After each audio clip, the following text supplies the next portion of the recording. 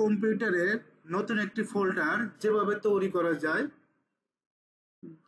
মাউসের দুইটা পয়েন্ট, একটা লেফট একটা রাইট। রাইটে ক্লিক করবেন আপনারা। রাইটে ক্লিক করার পর এখানে নিউ একটা অপশন দেখতে পাচ্ছেন, নিউ। নিউ থেকে আমরা কোথায় ক্লিক করব? ফোল্ডারে যাব। ফোল্ডারে তারপর আপনার যে নামে ফোল্ডারটা তৈরি করতে চাচ্ছেন জাস্ট নামটা দিবেন। আমি মামুন নামে দিচ্ছি, মামুন। এন্টার দিলাম। এখন যদি আমরা কিবোর্ড থেকে করি, কিবোর্ড থেকে কন্ট্রোল শিফট এন। এন দেওয়ার পর এখন মামুন অন নামে ছেড়ে দিচ্ছি, অন। এখন যদি এটা মুভ করতে চান সেটা কিভাবে করবেন? মাউসের লেফটটা চাপ দিয়ে এভাবে ড্র্যাগ করবেন, পাশাপাশি মুভ করতে পারবেন এভাবে সহজে।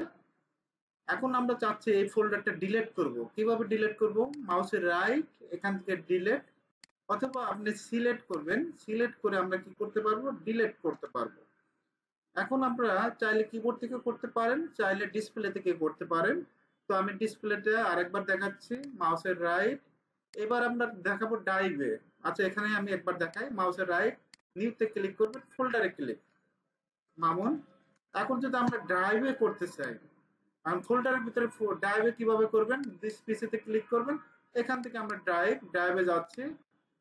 এখানে যদি আমরা ফোল্ডার তৈরি করতে চাই, জাস্ট আমরা কি করবো? মাউসের রাইট, নিউতে ক্লিক করবেন, ফোল্ডার ক্রিয়েট করবেন, ফোল্ডার তৈরি ক্রিয়েট করবেন, ফোল্ডারে ক্লিক করবেন। এখান থেকে নাম দিয়ে দিবেন, মামুন নামে দিয়ে দিচ্ছি। তো এভাবে কিন্তু ড্রাইভে আপনি ফোল্ডার ক্রিয়েট করতে পারবেন। এখন যদি ফোল্ডারের ভিতরে ফোল্ডার ক্রিয়েট করি সেটা কিভাবে করবেন? জাস্ট ফোল্ডারের উপরে কি করবেন? মাউসের রাইট ক্লিক করে ওপেন করবেন, অথবা ডাবল ক্লিক করে ওপেন করবেন। ওপেন করার পর এখন মাউসের রাইট, নিউতে ক্লিক, ফোল্ডারে ক্লিক ক্লিক করবেন। এখান থেকে জয় নামে দিয়ে দিচ্ছি, জয়। এভাবে কিন্তু সহজেই ফোল্ডারটা তৈরি করতে পারবেন।